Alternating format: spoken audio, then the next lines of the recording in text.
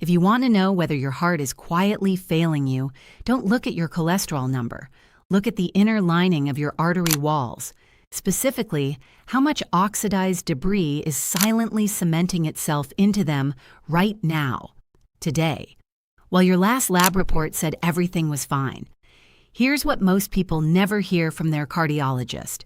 You can have a perfectly normal cholesterol panel and still be carrying a dangerous, rupture-ready load of arterial plaque, the kind that causes heart attacks in people who were told 6 months earlier that they were fine.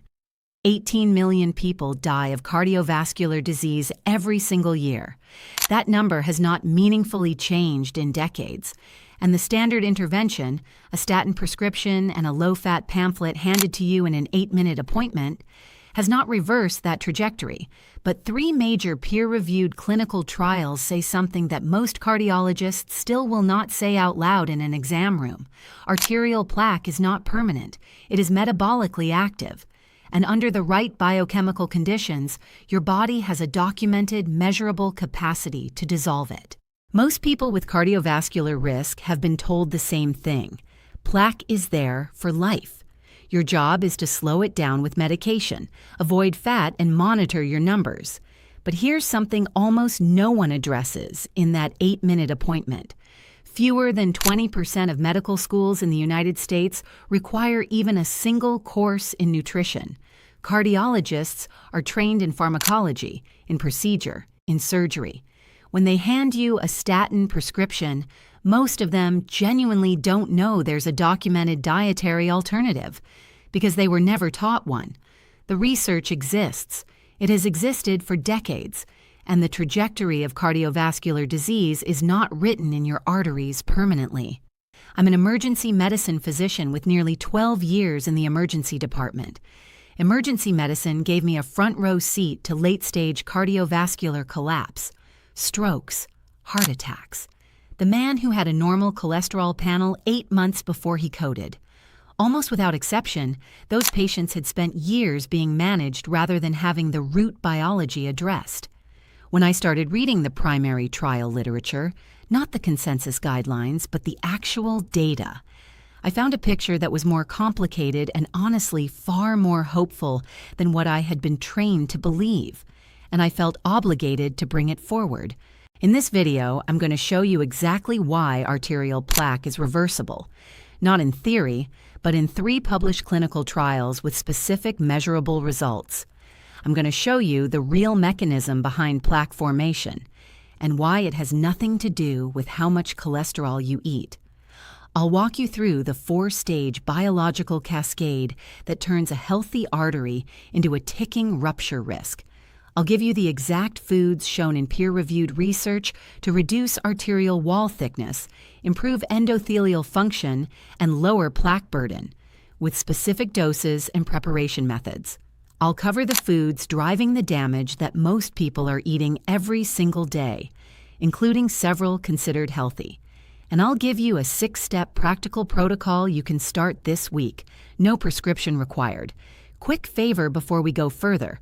I hear regularly from people who've watched several of my videos and then realize they weren't subscribed. Could you check right now? It costs nothing, takes 2 seconds, and it's how this kind of evidence-based content reaches the people who actually need it.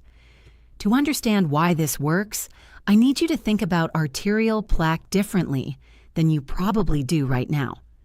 Most people picture plaque like grease in a pipe, a passive waxy buildup. Once it's there, it's there. The pipe just gets narrower over time until one day it's blocked. That's not what plaque actually is. Here's the analogy I want you to hold on to. Think about the pipes under your kitchen sink. They don't clog overnight. It's years of grease, residue, soap scum, and debris, each day depositing a microscopic layer. You don't notice anything until one day you turn on the tap and the water just sits there. That's a heart attack. But here's what the plumber knows that your cardiologist may never have told you. You can dissolve that buildup without ripping out the pipes, and that is precisely what the right foods do at the cellular level inside your artery walls, if you give them a chance to work. Plaque is not a grease deposit. It's a living structure.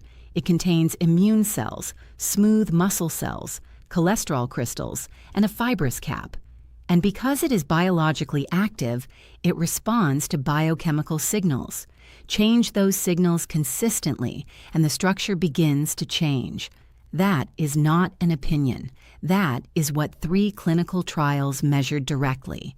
Now, I need to tell you something that will probably contradict what your doctor told you. High cholesterol does not cause arterial plaque. Oxidized cholesterol does. Stay with that for a moment because this changes your entire strategy. LDL, what everyone calls bad cholesterol, is not inherently dangerous. It is a transport molecule. Its job is to carry fat-soluble nutrients through the bloodstream. In a healthy, low-inflammation environment, LDL does its job and moves on. The problem begins when LDL gets damaged. When your body is flooded with inflammatory signals from seed oils, refined sugar, blood sugar spikes, and chronic stress, LDL particles become oxidized. An oxidized LDL behaves completely differently. It burrows into the artery wall. It triggers an immune response. And that immune response is what becomes plaque. This is why 2 people can have identical cholesterol numbers and completely different arterial health. And it is why a drug that simply lowers your total LDL number without addressing the underlying inflammation is treating a measurement, not the disease.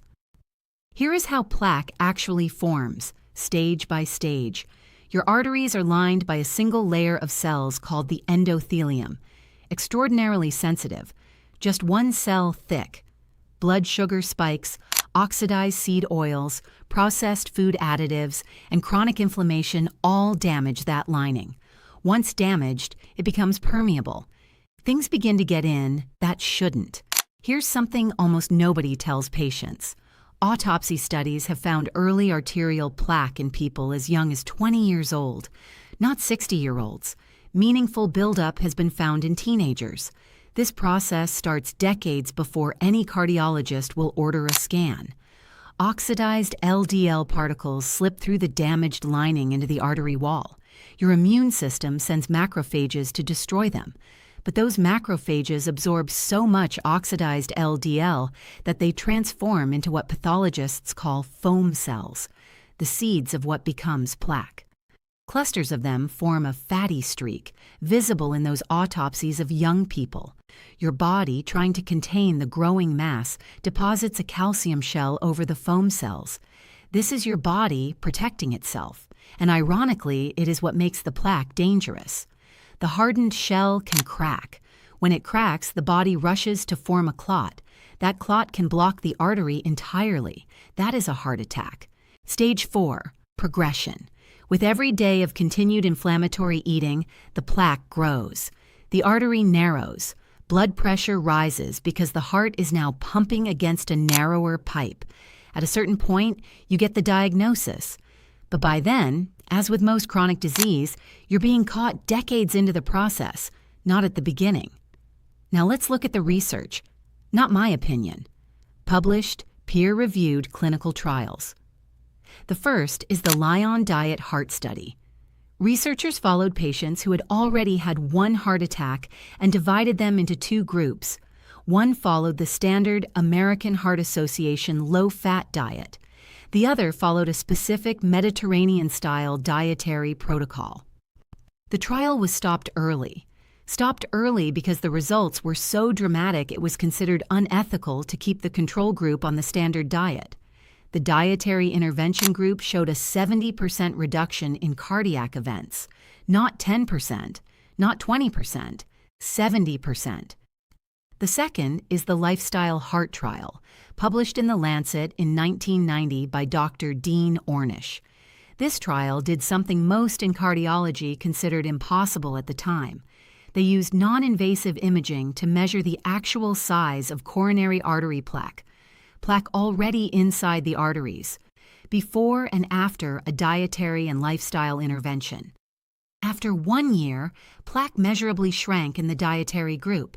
After 5 years, it shrank further. The control group following standard care showed continued progression, plaque that was already there, physically reversed. The third is a 2004 study published in Clinical Nutrition that gave patients a specific food daily and measured carotid intima media thickness, the thickness of the plaque lining the arteries of the neck, over 12 months. The intervention group showed a 30% reduction in arterial wall thickness. The control group, who changed nothing, showed a 9% increase over the same period. This research is not new.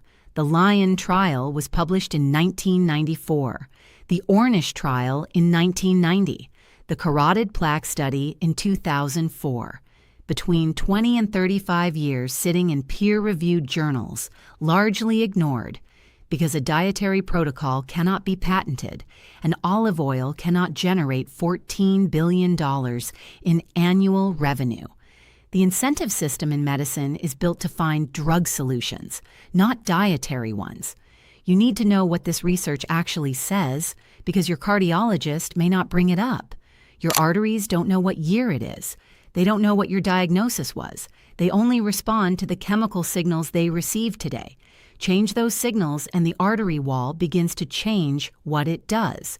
Here is exactly what the research supports. Fatty fish, sardines, salmon, mackerel, herring, 2 to 3 servings per week.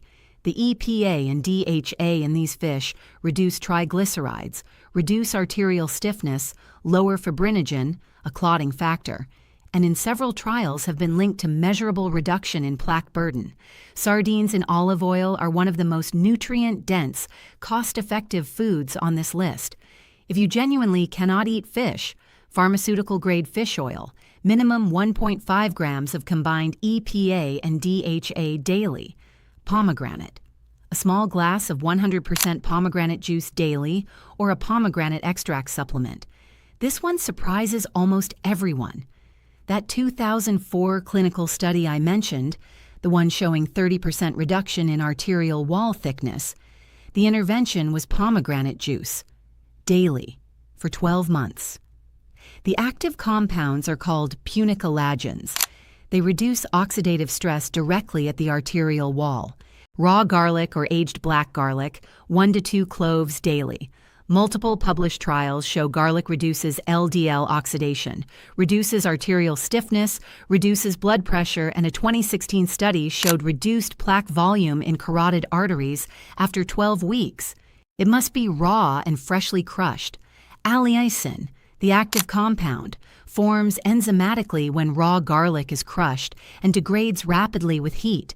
If raw garlic is too intense, aged black garlic extract achieves similar results without the intensity.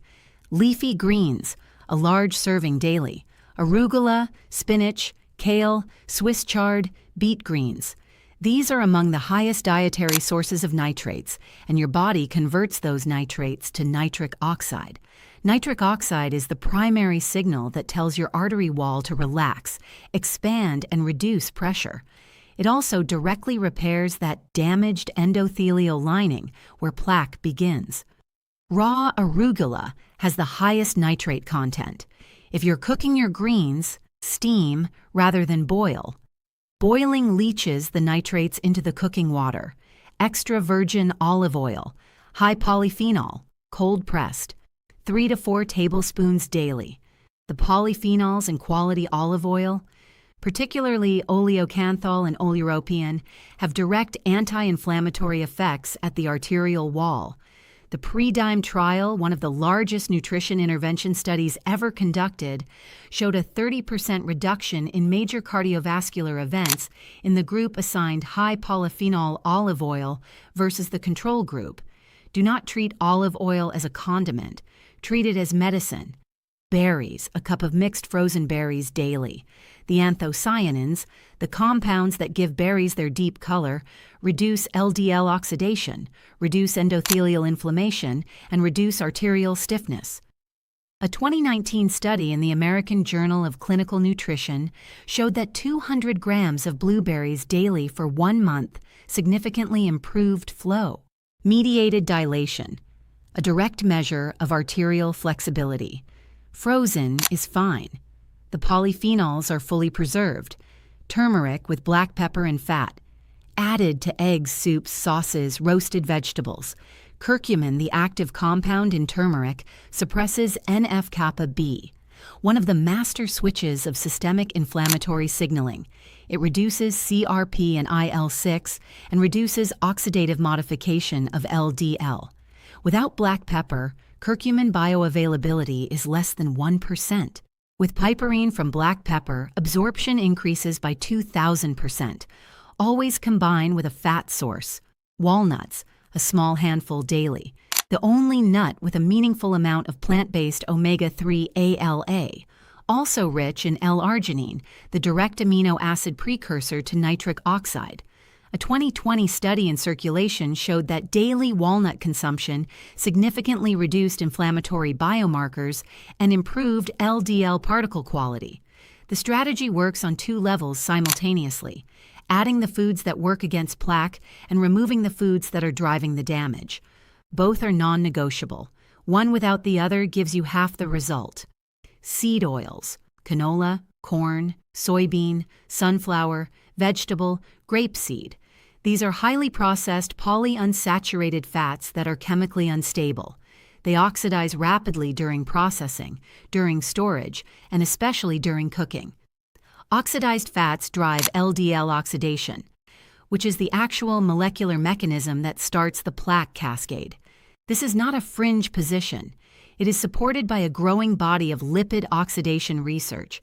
Replacing seed oils with extra virgin olive oil, avocado oil, butter, or tallow is the single highest impact dietary swap on this list.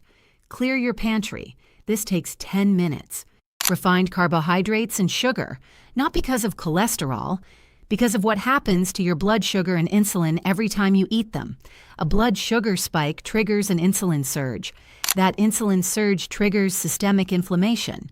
Chronic repeated inflammation damages the endothelium and starts the cascade. Bread, pasta, white rice, breakfast cereal, juice, sweetened beverages. Repeated inflammatory events, multiple times a day.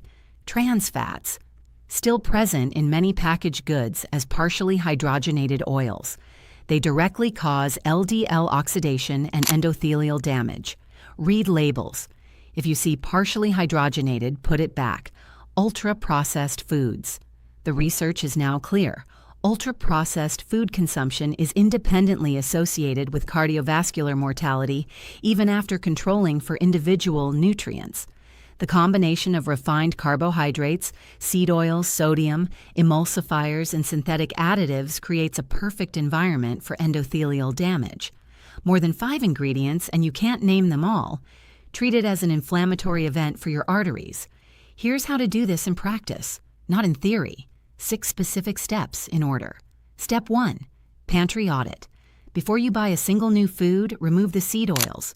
Canola, vegetable, corn, soybean. Every bottle goes. This takes 10 minutes and costs you nothing. It is your highest leverage first action. Step 2.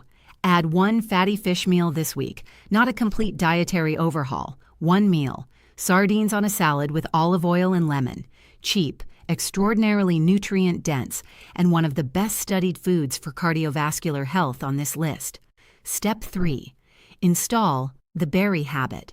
Buy a bag of frozen mixed berries. Add a cup to your morning routine. Under $2 a day, and the evidence behind it is strong. Step 4. Switch your cooking fat.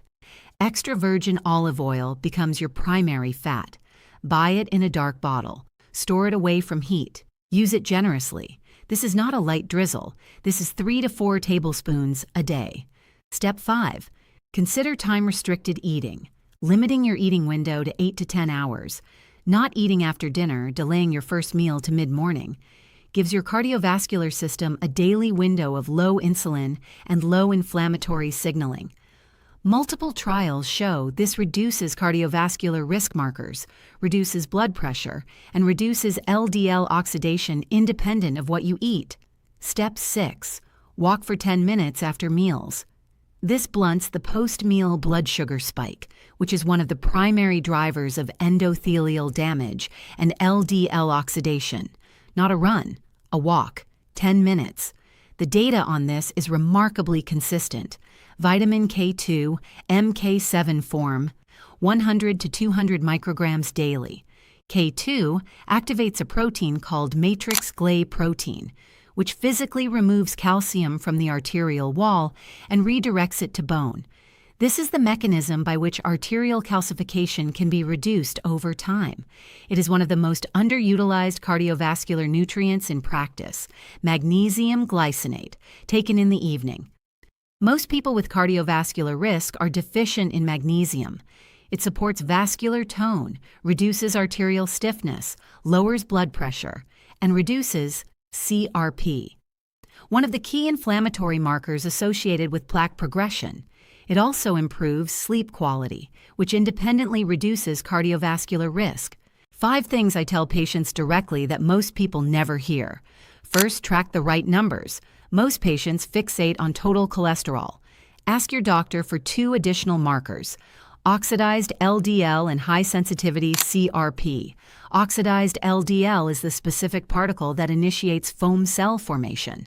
High-sensitivity CRP reflects the systemic inflammatory burden that destabilizes plaque caps. These 2 numbers tell you far more about your actual arterial risk, and they respond visibly to this protocol. Second, the 20-minute fasted window matters for your morning beet juice or leafy greens. The nitrate to nitric oxide conversion depends on oral bacteria that are only present before you've used antibacterial mouthwash. Research shows mouthwash before your morning vegetables reduces the nitric oxide yield by up to 90%. Eat your greens first. Brush after. Third, the olive oil quality gap is real. Most olive oil on supermarket shelves has low polyphenol content. Look for bottles with a harvest date within 18 months, stored in dark glass. A peppery bite at the back of your throat when you taste it directly is the sensory indicator of high oleocanthal content. That bite is the anti-inflammatory compound doing what it's supposed to do. Fourth, give it 4 weeks before you evaluate. The vascular adaptations from dietary polyphenols and nitrates are real, but they accumulate gradually. Endothelial function improvements are typically measurable at 3 to 4 weeks. Structural changes in plaque burden take 8 to 12 weeks minimum. The absence of symptoms is not evidence the protocol isn't working. With arterial plaque, no symptoms is precisely the goal. Fifth, if you are currently on statin medication or any cardiovascular prescription, do not stop taking it without speaking to your physician. This protocol is designed to work alongside your current care, and ideally to give you and your doctor a productive conversation about monitoring your inflammatory markers over time. Bring them the studies. Ask to monitor your hsCRP, your oxidized LDL, and your carotid intima media thickness, not just your total cholesterol number. Cardiovascular disease is not a life sentence written in your genes or your age. The people I have watched genuinely sidestep it, with better scans and better biomarkers decade after decade, are not genetically fortunate outliers. They are people who removed the seed oils, who ate the sardines, who added the pomegranate, who walked after dinner, who did it again tomorrow. Your endothelium can produce nitric oxide. Your HDL can transport cholesterol out of plaque. Your macrophages can shift from inflammatory to resolving. Your body built those systems. They exist in you right now. The pomegranate juice is $4 at the grocery store. The frozen berries are $2. The sardines and olive oil are 89 cents. You do not need to wait for a new drug. You do not need to accept progressive plaque accumulation as the only option. Your arteries only respond to the signals they receive today. Change the signals today. Let's lock in everything we covered. The real problem in cardiovascular disease is not high cholesterol. It's oxidized LDL triggering an immune cascade inside a damaged artery wall. Treating total cholesterol without addressing the oxidation is treating a measurement, not the disease. 3 clinical trials. The Lion Diet Heart Study. 70% reduction in cardiac events. The Ornish Lifestyle Heart Trial, measurable plaque regression after 1 year. And the 2004 Clinical Nutrition Carotid Study, 30% reduction in arterial wall thickness demonstrate that plaque regression is real, measurable, and reproducible. The protocol: fatty fish 2 to 3 times weekly, daily pomegranate juice, 1 to 2 cloves of raw crushed garlic, a large serving of leafy greens, 3 to 4 tablespoons of high polyphenol extra virgin olive oil, a cup of mixed berries, turmeric with black pepper and fat. Remove seed oils first, then refined carbohydrates and sugar, trans fats, ultra-processed foods. The 6-step practical sequence: pantry audit, 1 fatty fish meal, the berry habit, switch your cooking fat, time-restricted eating, 10-minute post-meal walk. Track HSCRP and oxidized LDL, not just total cholesterol. Give it 4 weeks of daily consistency before you evaluate anything. 8 to 12 weeks for measurable structural change. If this information was useful to you, I need you to do 2 things. First, share this video with someone who has been told their arteries are fine, but something still feels off, or someone who has been handed a statin prescription and a pamphlet and sent home. The gap between normal on a standard panel and truly protected vascular function is significant. They deserve to know that. Second, if you want to go deeper on which blood markers actually tell you what's happening inside your arteries right now, and why the standard cholesterol panel misses the most important information, watch my next video. The number your doctor is watching may not be the one that matters. I'll see you there. Dr. Liana out.